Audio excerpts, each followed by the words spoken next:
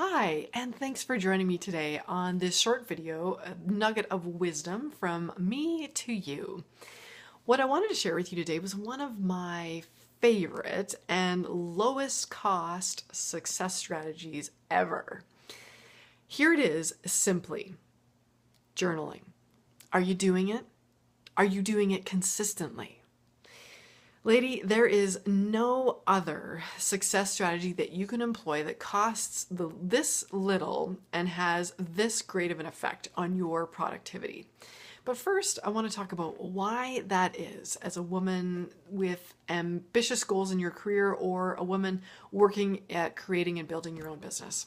Journaling is such a friend to you because as feminine creatures, we are blessed with a very, shall we say, sharp emotional radar, right? For women, a lot of our wisdom, intuition, insights comes through how we interpret the world through our emotions and our feelings.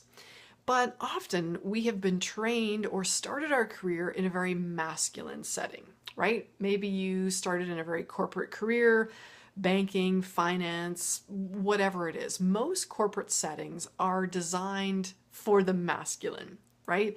They are very process driven, highly structured, highly scheduled. And that is okay for men and to a degree women. But as we move into higher levels of productivity, as women, we cannot continue to ignore or discount the wisdom that naturally comes through us through our feelings and our emotions.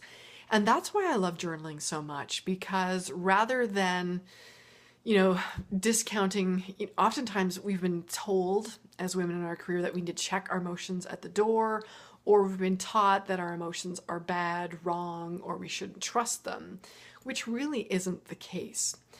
But on the other end of the spectrum, if we, I guess, linger within our emotions too long, if we circle and swim in that emotional drama too long, that doesn't do us any favors either. So if I find journaling for women, particularly in business, and for those of us who are really going forward in our career, journaling is a great tool that we can use daily to strike a real balance between acknowledging that emotional wisdom that we have because we're feminine creatures, but not also languishing in the drama sometimes that we can get caught on or caught up in. So what I want to invite you to do is actually, if you aren't already, start journaling on a consistent basis. And what that can look like is simply taking 10, 15, even 20 minutes a day to begin your workday, just to start journaling what's going on for you. Maybe you're still, interpreting or processing an event that happened yesterday or an opportunity that's coming up that you're preparing for. Whether it's in hindsight or looking ahead, use journaling to start to acknowledge the feelings, the emotions, sometimes the doubts, the fears, the anxieties of what you're facing. And by actually writing these things down, it's a way to, as crudely as this sounds, it's a way for us to, I guess, flush all of those emotions and feelings out so that we can clear the slate and take a deep breath and then move forward and actually set to doing the work that we need to do, instead of always getting choked up, caught, tripped up by our emotions. Sometimes I'll even, this is a tool I can even use sometimes with a client.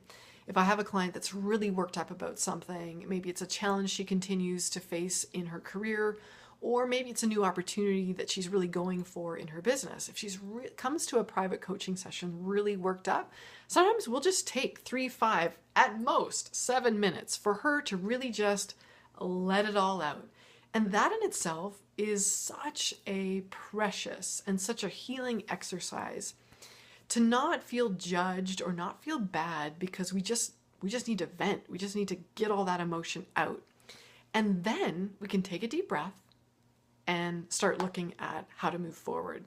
So whether it's through journaling privately on your own, or whether it's working with a private coach and having that precious opportunity to get it all out and make it make sense, I invite you to start spending that time to acknowledge your emotions and what wisdom there is in them for you and the situation you're facing.